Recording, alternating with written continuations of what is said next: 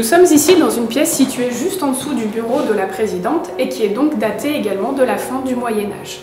Évidemment, nous retrouvons donc des éléments qui datent de cette période, à commencer par le plafond à la française qui, contrairement au bureau de la présidente, n'est ici pas peint.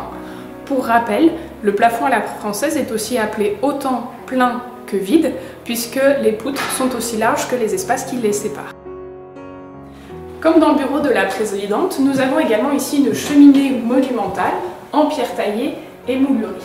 Contrairement au bureau de la présidente, la cheminée ici n'est pas peinte, mais elle est plus finement sculptée. Nous retrouvons en effet des motifs qui sont typiques du gothique, style de la fin du Moyen-Âge.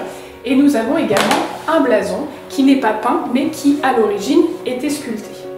Alors vous pouvez voir qu'aujourd'hui, les motifs ne sont plus visibles, puisque sur ce blason figuraient des fleurs de lys, puisque à l'époque où le bâtiment a été construit, les comtes de la Marche appartenaient à la famille royale, donc on pouvait observer des fleurs de lys, sauf qu'à la Révolution française, on a fait disparaître toute trace liée à la royauté, de près ou de loin, et donc les fleurs de lys ont été burinées.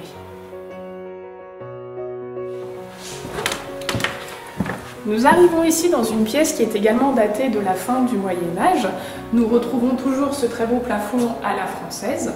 Nous avions également vraisemblablement ici une cheminée monumentale en granit qui a été détruite au XVIIe siècle par les religieuses qui occupaient le bâtiment et remplacée par cette cheminée beaucoup plus modeste en bois.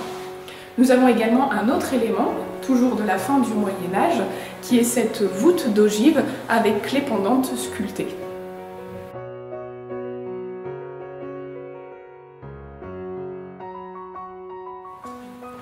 Comme dans le bureau de la présidente, nous avons dans cette pièce un élément beaucoup plus contemporain, à savoir cette tapisserie qui est l'œuvre des artistes Jean-Michel et Gérard Crinière. Cette tapisserie est une commande du conseil départemental de la Creuse en 2002 et elle s'intitule « Être nature ». Cette tapisserie est très intéressante car elle illustre parfaitement deux éléments identitaires du département, à savoir la tapisserie au centre et les éléments en granit de part et d'autre. Par ailleurs, vous avez au centre sur la tapisserie une illustration également des particularités du département de la Creuse, à savoir l'eau et la nature verdoyante.